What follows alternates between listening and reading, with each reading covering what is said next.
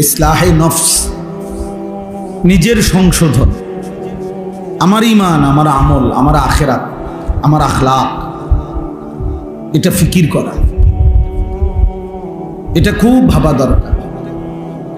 কোরআনুল কারীমের মধ্যে আছে, ইয়া আইয়ুহাল্লাযীনা আমানু আলাইকুম আনফুসাকুম।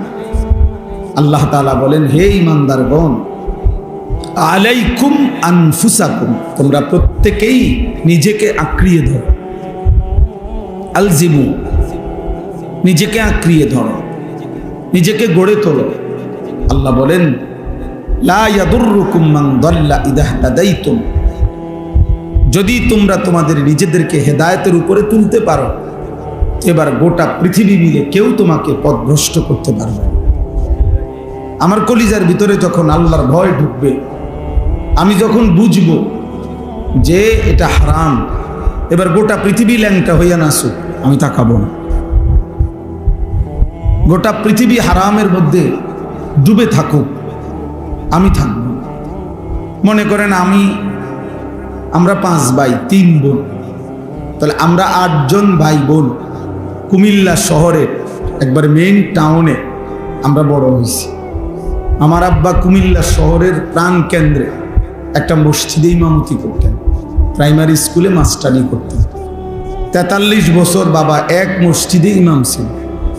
তো একবার শহরের প্রাণ কেন্দ্র, এখন আমাদের ঘরের 4 দিকে সব বাসাতেই টেলিভিশন চলতো, নাচ গান চলতো। তো এর মাঝখান দিয়ে আমাদের একটা ঘর, সেই ঘরেই তো আমরা 40 বছর ছিলাম। যে আমার আব্বা মাও ছিল, আমরাও ছিলাম, বড় হলাম সব ভাই বোন। আমাদের ঘরে তো 40 বছরে কোনো দিন টেলিভিশন চালাইতে হয় নাই। আমাদের জিন্দিগি চলছে না, আমার বাবার জিন্দিগি চলছে না।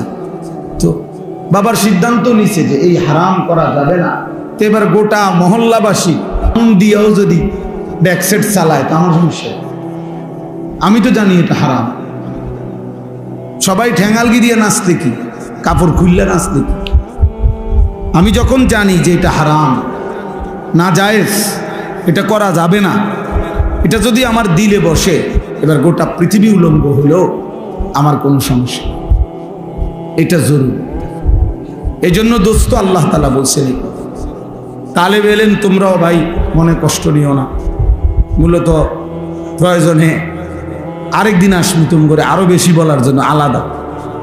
কিন্তু যেহেতু ইসলাহি মজলিসে অনেক এলাকার মানুষ আসছে, তা আমি চাইছিলাম যে ওনারা আলাদা বসুক। আমাদের কওমি মাদ্রাসার তালেব এলেমের জিন্দিগিটাই তরবিয়ত, আলহামদুলিল্লাহ। আমরা মাদ্রাসার নিজামগুলো এভাবে সাজাই যে আমাদের বাচ্চা ইচ্ছা করলেও দাঁড়াইয়া পেশাব করতে পারে, আমাদের বাচ্চারা ইচ্ছা করলেও দস্তরখান ছাড়া খানা খাইতে পারে, আমাদের বাচ্চারা ইচ্ছা করলেও মেসওয়াক ছাড়া ওযু করতে পারে। তাহলে আলহামদুলিল্লাহ, দিবারাত্রি মাদ্রাসার নিয়মটাই সুন্নতে ভরা, তরবিয়তেই ভরা। এই জন্য আলহামদুলিল্লাহ ইসলাহের ফিকির তালেব এলেমদের জন্য উস্তাদরাই সম্মিলিতভাবে সর্বদাই করে থাকে।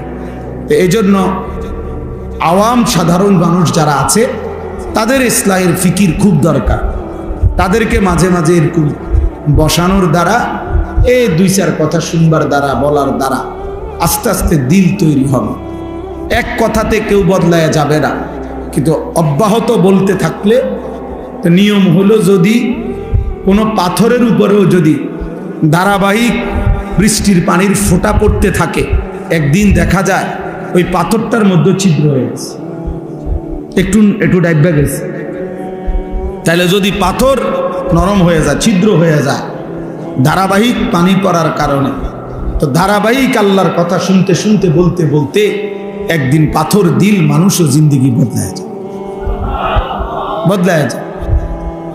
বদলায় যায়।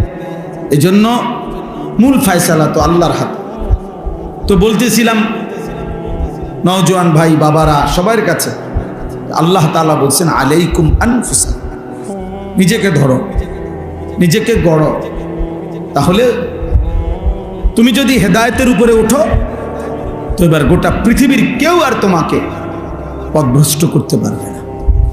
ইয়া আইয়ুহাল্লাযীনা আমানু কু আনফুসাকুম ওয়া আহলিকুম নারা। আল্লাহ তাআলা বলেন, হে ঈমানদারগণ, তোমরা প্রত্যেকেই নিজেকে জাহান্নামের আগুন থেকে বাঁচাও, অতঃপর নিজের পরিবারের সদস্যদেরকে জাহান্নামের আগুন থেকে বাঁচাও। তাহলে 1 নম্বরে আল্লাহ তাআলা বললেন নিজেকে জাহান্নামের আগুন থেকে বাঁচাও, নিজেকে বাঁচাও। তাহলে এই নিজের দিকে নজর রাখা, নিজের ফিকির করা, প্রিয় ভাই বাবা, এটা জরুরি বিষয় বুঝা। এতটুকু বিবেক যে আমার ভালো, আমি আনিসুর রহমান, আমার ভালো কোনটা, আমার কল্যাণ কিসে, আমার কামিয়াবি কিসের মধ্যে, কি করলে আমার সফলতা, কি করলে আমার ব্যর্থতা, আমার কি করা উচিত, আমার কি করা অনুচিত, কি করলে আমার আল্লাহ রাজি, কি করলে আমার আল্লাহ নারাজি। নিজের জন্য এদ্দুর যে বোঝে না, তার মতো পাগল মাতাল তার সিরা কোনো মানুষ হইতে পারে। তাই তো তুই বেটা পুরাই পাগল বেটা, মাতাল, তুই নিজের ভালোই বুঝ না, এদ্দুরও কি মানুষ বুঝে না? তোমার এই সারা রাত নারী দেখা, ছবি দেখা, মোবাইলে উলঙ্গ দৃশ্য দেখা, এটা যে তোমার জাহান্নামের আগুনের দিকে নিয়ে যাচ্ছে, বেওকুফ, এটাও বোঝো না? তোমার এই প্রতিদিনের বেনামাজি থাকা, প্রতিদিন আল্লাহকে সেজদা না করা, কোনোদিনও ফজরের নামাজ না পড়া, এটা যে তোমার জাহান্নামের দিকে নিয়ে যাচ্ছে, এর দূর বুঝাও বুঝো না? আরে নিজের বুঝটা তো একটা কুত্তাও বোঝে, নিজের বুঝটা তো একটা শুকরও বোঝে, নিজের বুঝটা তো একটা সাপ বিচ্ছুও বোঝে বেটা। একটা কুত্তার দিকেও তো কেউ যদি লাঠি আলগি দেয়, কুকুর দৌড় মারে, কুকুর বোঝে এই লাঠি দিয়ে আমারে বাড়ি দিলে আমার ক্ষতি হবে, এই জন্য সে দৌড় মারে। তাহলে নিজেকে সেভ করা, নিজেকে রক্ষা করা, এতটুকু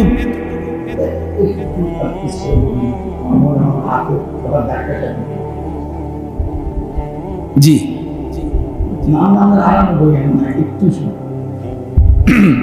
তাইলে এটা জরুরি যে এই কুকুরটা দৌড় দিল কেন, তাই সে বুঝছে যে এই লাঠিটা যেমনি তুলছে আমারে বাড়ি দিলে আমার ক্ষতি হবে। তাহলে নিজের বুঝ তো বেটাটা কুত্তাও বুঝে, তুমি যুবক এটাও বুঝলা না? 365 দিনে 16 বছর 18 বছর বয়সে কোনোদিন ফজরের নামাজ খোদার এক বেটা, ছেলে অপদার্থ বেটা, নিষেধ করলাম না বেটা, মোবাইল আলগি দিত না, ফালতু কোথাকার বেটা।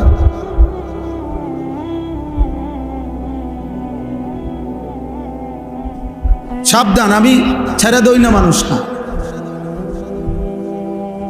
আমি বললাম না বিয়ে দরকার হলে আর কোনোদিন বলবো না, কিন্তু একদিন বলছি, একবার বলছি, একবার বুঝ করেই বল। খামখেয়ালির এক জিন্দিগি বানায় নিছি আমরা মিয়া। নওজোয়ান ছেলে তোমরা, মাত্র 16 বছর বয়স, 14 বছর বয়স, 18 বছর বয়স, বাবা এই এত অল্প বয়সে যদি আল্লাহকে মোটেই মনে না পড়ে, 18 বছর হয়েছে না বেটা তোর, তুই যদি এখনই এক ওয়াক্ত নামাজ না পড়স, তাইলে বাকি জিন্দিগি জানোয়ার তুই করবি কি বেটা? আরে বেটা হাইওয়ান, তুই বাকিটা হায়াত করবি কি বেটা? মাত্র 16 বছরে এত অল্প বয়সে আল্লাহরে এভাবে ভুলে গেলি বেটা, এত কম বয়সে, মাত্র 18 বছর বয়সে এত নারী দেখে ফেললা, এত কম সময়ে এত উলঙ্গ ছবি দেখে ফেললা, হায় হায় জানোয়ার, বাকি জিন্দিগি চালবে কেমনে? হ্যাঁ, যদি বলো জানোয়ার বললেন কেন, জানোয়ার বলতো না কি জুনায়েদ বাগদাদিনী কইতো? সেজদাবিহীন হাইওয়ানকে কি বলতো? কথা বলেন না কেন? মনের ইচ্ছা মতো যে চলে, মনের চাহিদা মতো যে চলে, তাকে কোরআন কি বলছে বলে? তাই তাকে কোরআন বলছে জানোয়ার, আমি বলবো না কেন? আর আইতা মানিত্তাখাযা ইলাহাহু হাওয়াহু আফা আনতা তাকুনু আলাইহি ওয়াকিলা। আম তাহসাবু আন্না আকসারাহুম ইয়াসমাউনা আও ইয়াকিলুন ইন হুম ইল্লা কাল আনআম। আল্লাহ বলছে মনের চাহিদা মতো যে চলে বন্ধু, আমি আল্লাহ বলে দিলাম তার পরিচয় আর কিছুই নয়। ইন নাফিয়া, ইল্লা ইস্তেসনা, নফি ইস্তেসনা হসর বুঝায়, সীমাবদ্ধ, অর্থাৎ তার পরিচয় আর কিছুই নয়, আর কিছুই নয়, শুধুই আনআম, শুধুই চতুষ্পদ জন্তু, শুধুই জানোয়ার, শুধুই জানোয়ার, শুধুই জানোয়ার। তাহলে তুমি কার সিদ্ধান্তে চুল এমনে রাখলা? তোমার খেয়াল। তুমি কার সিদ্ধান্তে এক ওয়াক্ত নামাজ পড়ো না? তোমার মনের ইচ্ছা। তুমি কার সিদ্ধান্তে নারী দেখো, ছবি দেখো, উলঙ্গ দৃশ্য দেখো, তোমার মন চাইছে। তো এটারই তো জানোয়ার। আল্লাহ তাআলা তো এরই জানোয়ার বলছে যে তার মনের ইচ্ছা মতো চলে, যার মনের ইচ্ছা তার খোদা। বলো যুবক, বলো বাপ, তোমার কোন সৃষ্টিকর্তা আছে? থাকলে তিনি তোমাকে কিছু করতে বলে নাই? কোরআনুল কারীমের মধ্যে আরো সাংঘাতিক কথা আছে। সূরা আরাফের মধ্যে আছে ওয়াত্তাবা হাওয়াহু ফামাসালুহু কামাসালিল কালব। আমি প্রতিদিন এই আয়াত নাকি মৌলানা ডেইলি একবার হলো বলি। আল্লাহ কোরআনে বলছেন ওয়াত্তাবা হাওয়াহু, সে তার মনের চাহিদার অনুসরণ করেছে। আল্লাহ বলেন অতএব ফামাসালুহু, তার উদাহরণ কামাসালিল কালব, কুত্তার মতো। বুঝছো বাবা? মনের ইচ্ছা মতো যে চলে, খোদার কসম আল্লাহ তার উদাহরণ দিছে কি? কামাসালিল। তা বলেন অর্থ কি? বলেন কালবুন অর্থ কি? কুত্তা বেটা। কোনো ভিন্ন অর্থ নাই, এমন না যে আরো দুইটা অর্থ আছে, এটা বালাটা কইলাম, এমন তো ভিন্ন অর্থও নাই। কালবুনের অর্থ আরেকটা অর্থ আছে না? নাই তো। কালবুনের অর্থ তো সিংহ না, কুকুর। আল্লাহ বলেন ফামাসালুহু, এক বেঈমানের উদাহরণ দিতে গিয়ে আল্লাহ বলছে যে সে তার মনের চাহিদার অনুসরণ করেছে। ওয়ালাকিন্নাহু আখলাদা ইলাল আরদ, সে এই জমিনকে স্থায়ী মনে করে নিয়েছে, যে এই পৃথিবী, এই রং তামাশা, এই ফুর্তি, এটাই তার স্থায়ী। ওয়াত্তাবা হাওয়াহু, মনের চাহিদা মতো অনুসরণ করেছে। আল্লাহ বলেন তার উদাহরণ, তার দৃষ্টান্ত কামাসালিল কালব, কুত্তার মতো। ইন তাহমিল আলাইহি ইয়ালহাস আও তাতরুকহু ইয়ালহাস, কুকুরের স্বভাব। সে যদি তারে দৌড়ানি দেয় তাইলেও হাঁফায়, সে যদি দাঁড়াইয়া থাকে স্থির তাইলেও হাঁফায়, জিহ্বা লম্বা করে এমন করে। এটা কুত্তার স্বভাব। এই জন্য নাফরমান পেলেও অতৃপ্ত, না পেলেও